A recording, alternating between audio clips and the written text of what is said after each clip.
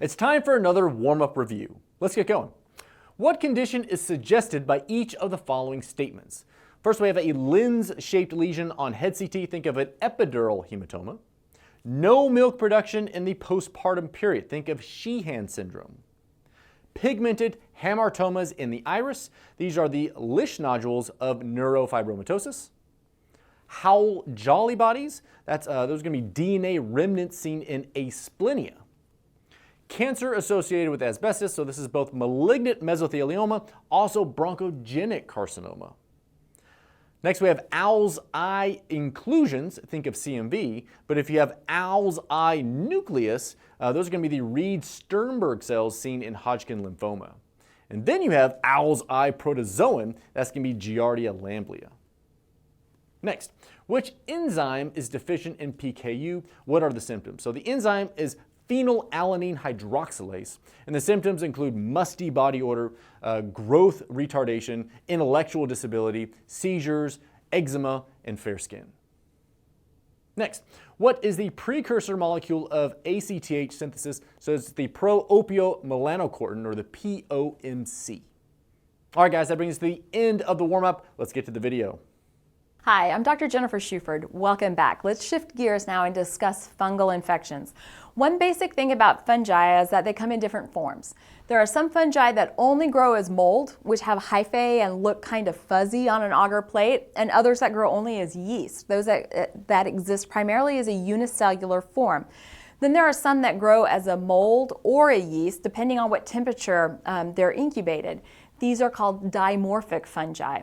We'll talk about each of these types of fungi in turn, but we're going to begin with the yeast. There are only 3 clinically important yeasts that we're going to be discussing today. The first one that we're going to talk about is Candida albicans. Candida albicans is normally found on the skin of humans, throughout the GI tract, and in the female genital tract. It doesn't usually cause any problems when it colonizes the skin and mucous membranes of healthy individuals, but it is capable of causing both superficial and deep infections, and some of them are life-threatening. So what are the clinical presentations for Candida albicans infections? Well, one common presentation is that of oral thrush. Thrush is characterized by white curd-like patches on the tongue or in other places in the mouth. And this happens a lot in immunocompromised patients, like those with AIDS, diabetes, or just on chronic steroids.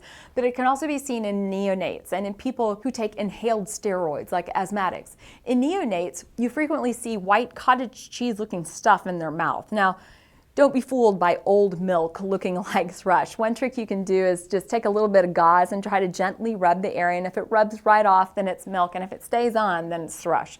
Now, thrush in AIDS patients is very common, but you have to be extra careful because they can also get other infections that look a little bit like thrush too. One is oral hairy leukoplakia from Epstein-Barr virus. Now, how can you tell the difference between oral hairy leukoplakia and thrush?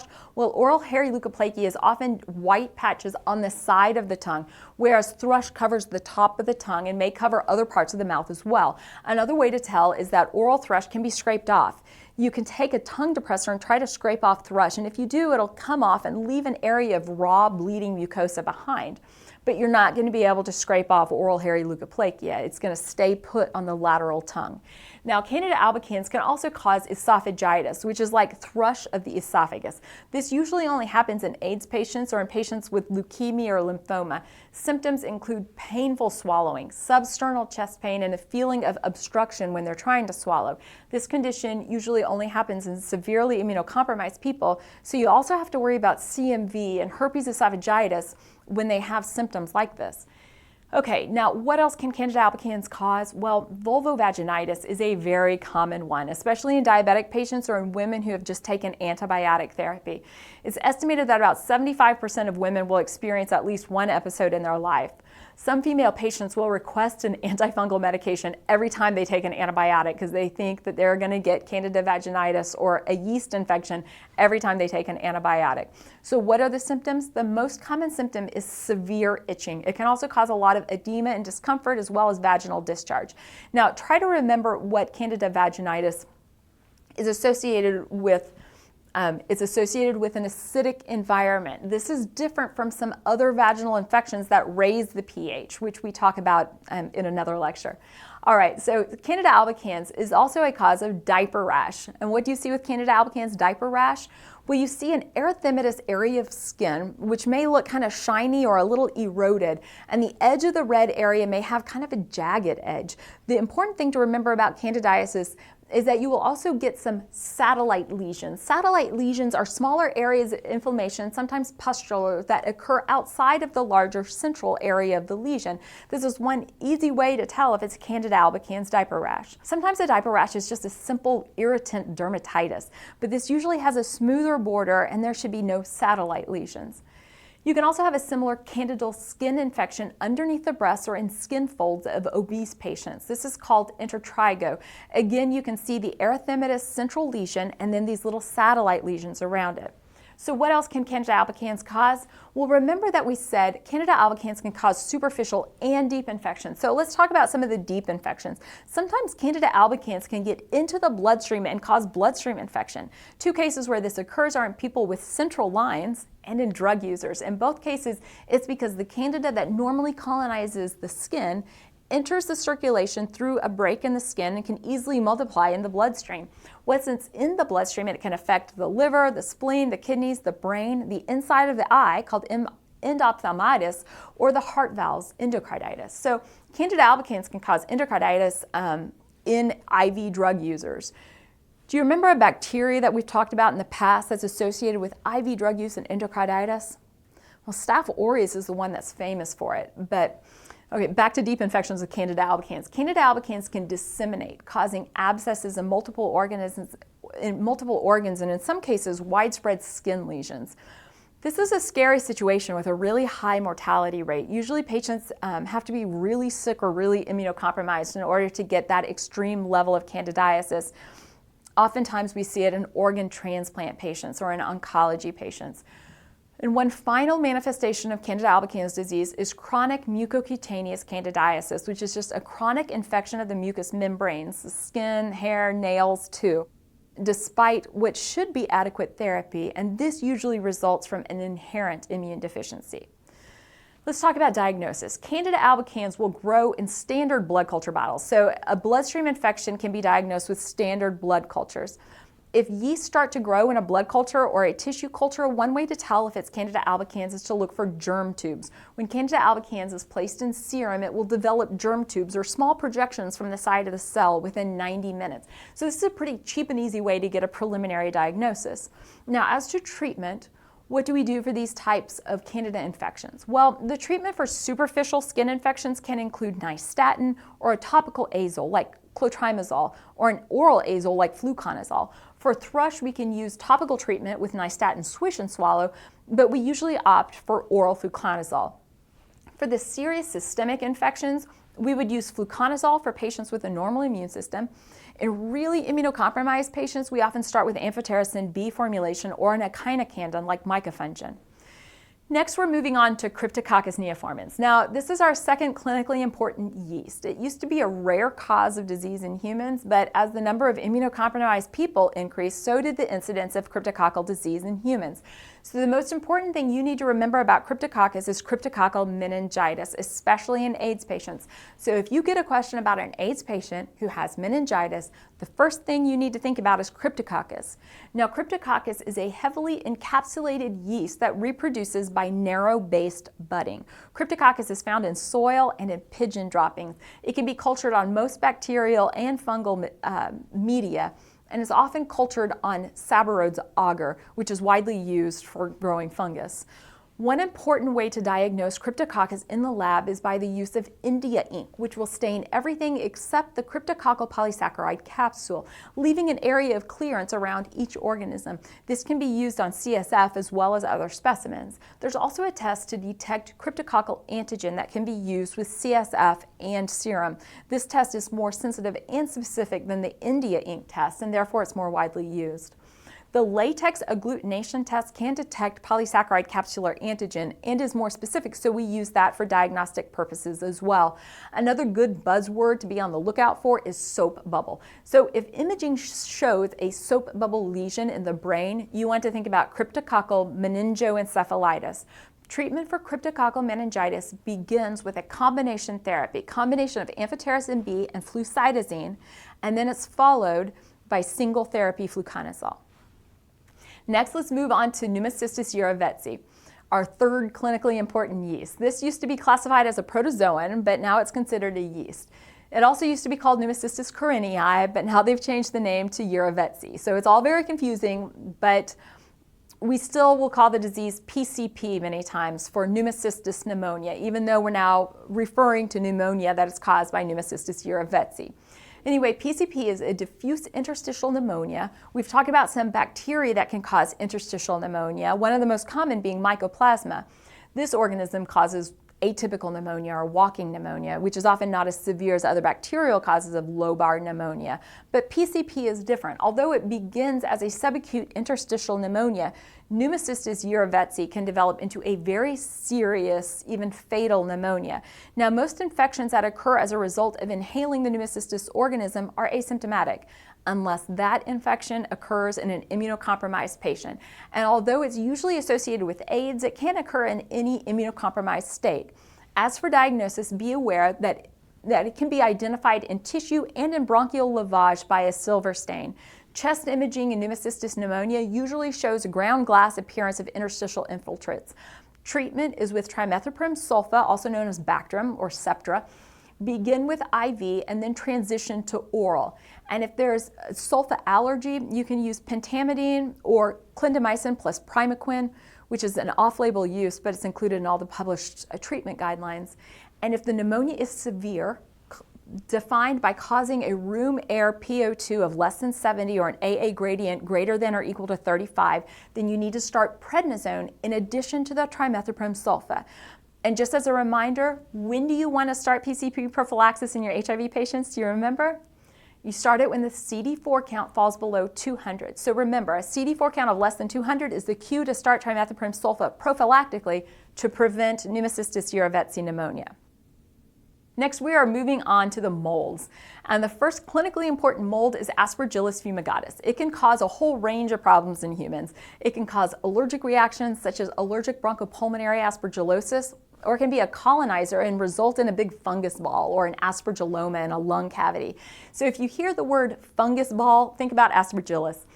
You can also get an invasive aspergillosis, especially in immunocompromised patients. This is a particularly serious infection and can be the harbinger of death for immunocompromised patients. So you may be seeing a theme here.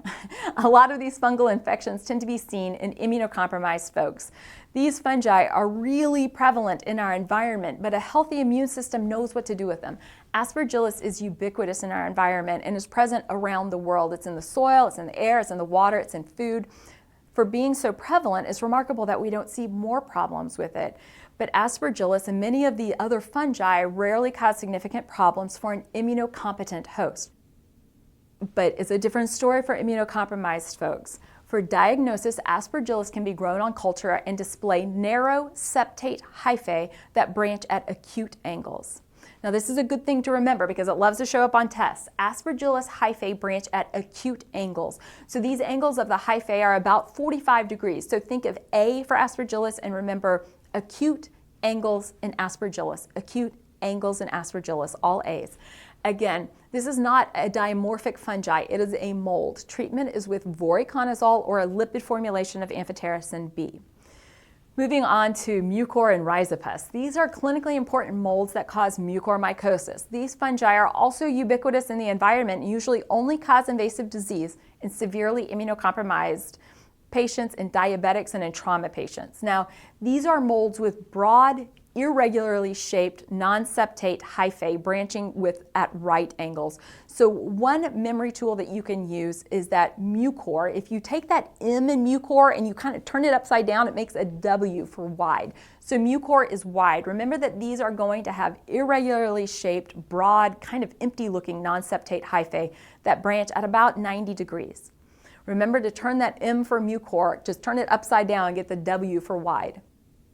Clinically, what you see with these infections depends a lot on the comorbidities of the patient. Patients with diabetes mellitus, particularly those with diabetic ketoacidosis, as well as leukemia patients with neutropenia, they'll end up with rhinocerebral mucormycosis, which often presents with facial pain and headache. These organisms love to grow into blood vessel walls, which leads to tissue necrosis. So what you see on exam is often large necrotic looking lesions. These look like black eschars on the palate or up the nose. This is actually a sign of advanced mucormycosis. When the mucormycosis involves the eye or brain, you'll see cranial nerve deficits and blindness. Diagnosis is made by biopsy specimens showing tissue invasion by mold that fits that description that I just gave of Rhizopus species or other mucormycosis species. Treatment is with surgical debridement and amphotericin B. Unfortunately, though, mortality rates are really high with this disease, and progression to death can be very rapid.